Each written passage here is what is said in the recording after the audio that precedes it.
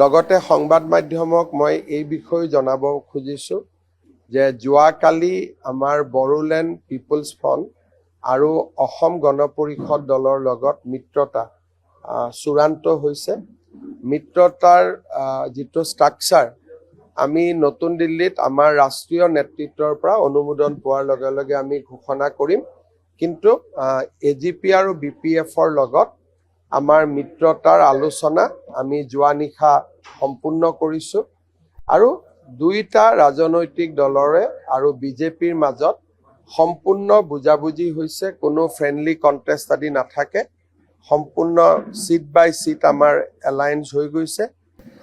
মিত্ৰতাৰ দিশত আমাৰ বিশেষ আৰু আলোচনা কৰিবলগীয়া নাই, মাত্ৰ নতুন দিল্লীৰ পৰা অনুমোদন পালেই আমি বিজেপি আনুষ্ঠানিকভাৱে ইয়াক ঘোষণা কৰিব পাৰিব। এজিপি আৰু বিপিএফ দলে কোৱাত কোনো আপত্তি নাই, কাৰণ তেওঁলোকে যিহেতু তেওঁলোকৰ নেতৃত্ব অসমতে থাকে। ডিটেইলছ তেওঁলোকে মোটামুটি আপোনালোকক কিছু কথা তেওঁলোকে সময় সুবিধা লৈ ক'ব পাৰিব। কিন্তু মই তেওঁলোকক অনুৰোধ কৰিছোঁ যে চিটবিলাকৰ নাম এতিয়া ক'ব নালাগে, যেতিয়ালৈকে নেকি আমি দিল্লীৰ পৰা অনুমোদন নাপাওঁ। এনেই মোটামুটি কোৱাত কোনো আপত্তি। সংখ্যাটো অসম গণ পৰিষদৰ লগত যোৱাবাৰৰ সমানে এটা দুটা আগপিছ কৰি আমাৰ হৈ গৈছে। বিশেষ আমিও প্ৰেছাৰ পোৱা নাই, অসুবিধা পোৱা নাই, আৰু তেওঁলোককো আমি কষ্ট দিয়া নাই।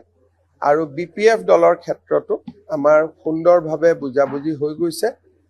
সন্ধিয়াকৈ হাগ্ৰামা মহিলাৰী ডাঙৰীয়াই হয়তো এই বিষয়ে লগতে সংবাদ মাধ্যমক মই এই বিষয়ে জনাব খুজিছোঁ যে যোৱাকালি আমাৰ বড়োলেণ্ড পিপলছ ফ্ৰণ্ট আৰু অসম গণ পৰিষদ দলৰ লগত মিত্ৰতা চূড়ান্ত হৈছে। মিত্ৰতাৰ যিটো ষ্ট্ৰাকচাৰ আমি নতুন দিল্লীত আমাৰ ৰাষ্ট্ৰীয় নেতৃত্বৰ পৰা অনুমোদন পোৱাৰ লগে লগে আমি ঘোষণা কৰিম। কিন্তু এজিপি আৰু বিপিএফৰ লগত আমাৰ মিত্ৰতাৰ আলোচনা আমি যোৱা নিশা সম্পূৰ্ণ কৰিছোঁ আৰু দুইটা ৰাজনৈতিক দলৰে আৰু বিজেপিৰ মাজত সম্পূৰ্ণ বুজাবুজি হৈছে। কোনো ফ্ৰেণ্ডলি কণ্টেষ্ট আদি নাথাকে, সম্পূৰ্ণ চিট বাই চিট আমাৰ এলায়েন্স হৈ গৈছে। মিত্ৰতাৰ দিশত আমাৰ বিশেষ আৰু আলোচনা কৰিবলগীয়া নাই, মাত্ৰ নতুন দিল্লীৰ পৰা অনুমোদন পালেই আমি বিজেপি আনুষ্ঠানিকভাৱে ইয়াক ঘোষণা কৰিব পাৰিব।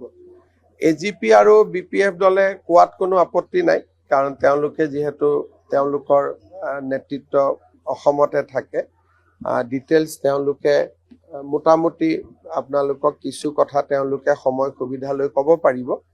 কিন্তু মই তেওঁলোকক অনুৰোধ কৰিছোঁ যে চিটবিলাকৰ নাম এতিয়া ক'ব নালাগে, যেতিয়ালৈকে নেকি আমি দিল্লীৰ পৰা অনুমোদন নাপাওঁ। এনেই মোটামুটি কোৱাত কোনো আপত্তি।